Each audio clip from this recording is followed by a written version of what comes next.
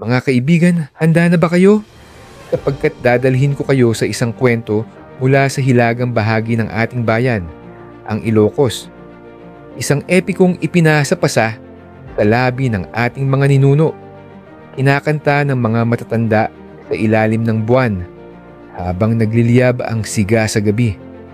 Isang kwento ng isang batang isinilang na may kakaibang kapalaran, isang mandirigmang bumangon mula sa kamatayan, at isang bayani na hindi kailanman nakalimutan. Ito ang biyag ni Lamang, ang buhay ni Lamang.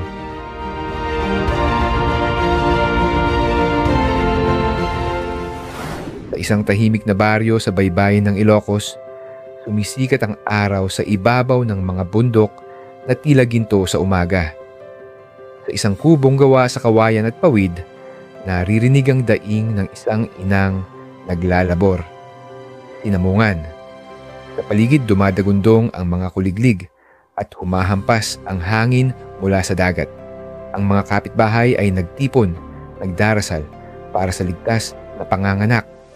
Ngunit kakaiba ang gabing iyon. Pagkalabas ng sanggol, isang himala ang naganap. Binuksan ng sanggol ang kanyang mga mata at sa halip na umiyak, nagsalita ito. "Inang, ako'y si Lamang. Ako'y isinilang upang magdala ng dangal sa ating angkan." Nanginig ang lahat sa takot at paghanga. Isang sanggol na nakapagsasalita. Ngunit kay Namungan, ito'y tanda ng kakaibang kapalaran ng kanyang anak. Lumipas ang mga araw at lumaki si Lamang na malakas, matalino at handang lumaban. Ngunit dumating ang isang balitang pumunit sa kanyang puso. Ang kanyang ama, si Don Juan, ay hindi na nakabalik mula sa pakikipaglaban sa mga Igorot. Umupo si Lamang sa tabi ng apoy, mahigpit ang hawak sa sibat. Ang kanyang mga matay nagliliyab ng galit at ang kanyang dibdib ay puno ng lungkot at paghahangad ng hustisya. Sa kanyang tabi, nagtilaok ang kanyang mahiwagang tandang na para bang sinasabing, "Lumaban ka." Tumahol ang kanyang aso, malakas at nakabibingi, handang sumama sa laban. Naglakbay siya patungong kabundukan. Ang hangin ay malamig at ang mga ulap ay tila bumababa upang sumaksi sa kanyang pag-akyat. Dumating siya sa kampo ng mga Igorot. Doon, umungad ang mga mandirigmang armado ng sibat at kalasag. Ngunit hindi natakot si Lamang. Sa unang hampas ng kanyang sibat, gumuhit ang liwanag sa hangin. Ang kanyang aso'y lumaki, nagngangalit at dinurog ang kanyang mga kaaway. Ang kanyang tandang ay tumilaok ng malakas at ang lupa'y nayanig. Sa isang bumagsak ang mga Igorot. Sa huli, nakamit niya ang hustisya. At sa kanyang pagbabalik, dala niya ang dangal ng kanyang ama. Ngunit hindi lamang laban ang naghihintay kay Lamang. Sa bayan ng Kalanutian, may isang dilag na kasing ganda ng buwan, si Ines Canuyan. Sa unang pagkakita pa lamang, huminto ang oras para kay Lamang. Ang kanyang puso'y kumabog at ang kanyang isip ay nagsabing, "Siya na." Ngunit hindi madaling makuha ang kamay ni Ines.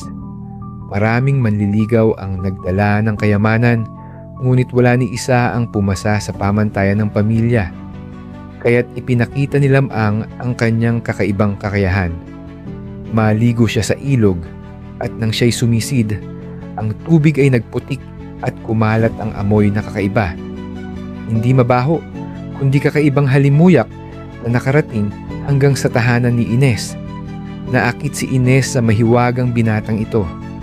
At nang dumating si Lamang sa kanilang bahay, dala niya'y mga kayamanang ginto at hiyas na hindi pa nila nakita kailanman. Sa harap ng pamilya ni Ines, siya'y nagpamalas ng tapang at yaman. Sa huli, pumayag ang mga magulang at naganap ang isang marangyang kasalan. Ang kanilang pag-iibigan ay ipinagdiwang ng buong bayan. Ngunit hindi matatapos ang kapalaran ng isang bayani nang walang pagsubok. Bilang isang bagong asawa, kinailangan ni Lamang na patunayan ang kanyang sarili. Kaya't nagtungo siya sa dagat upang mangisda. Doon, Sa ilalim ng kumukulog na alon, lumitaw ang isang dambuhalang rarang, isang higanting isda na kayang lumunok ng tao. Sa isang iglap, inigop siya ng halimaw at ang katawan ni Lamang ay nawala sa kailaliman ng dagat. Nagluksa si Ines. Ang kanyang mga matay lumuwa ng walang tigil at ang kanyang puso ay durog na durog. Ngunit hindi pumayag ang tadhana. Ang tandang at aso ni Lamang ay lumapit kay Ines. Ang kanilang mga mata ay tila nagsasabing, hindi pa ito ang wakas. Sa tulong ng mga babaylan at ritual ng mga ninuno, nagsagawa sila ng seremonya. Nag-alay ng dasal, ng awit at ng sakripisyo. At mula sa tiyan ng higanting isda, bumangon si Lamang. Basang-basa, ngunit buhay. Huminga siya ng malalim at muling nasilayan ang araw. Muling nagtagpo ang kanyang mga mata at mga mata ni Ines. At sa yakapan nilang iyon, muling nagningning ang pag-ibig na walang hanggan. At doon nagtatapos ang kwento ng bayani ng Ilocos. Isinilang nakakaiba, lumaban para sa katarungan, nakipagsapalaran para sa pag-ibig, at bumangon mula sa kamatayan.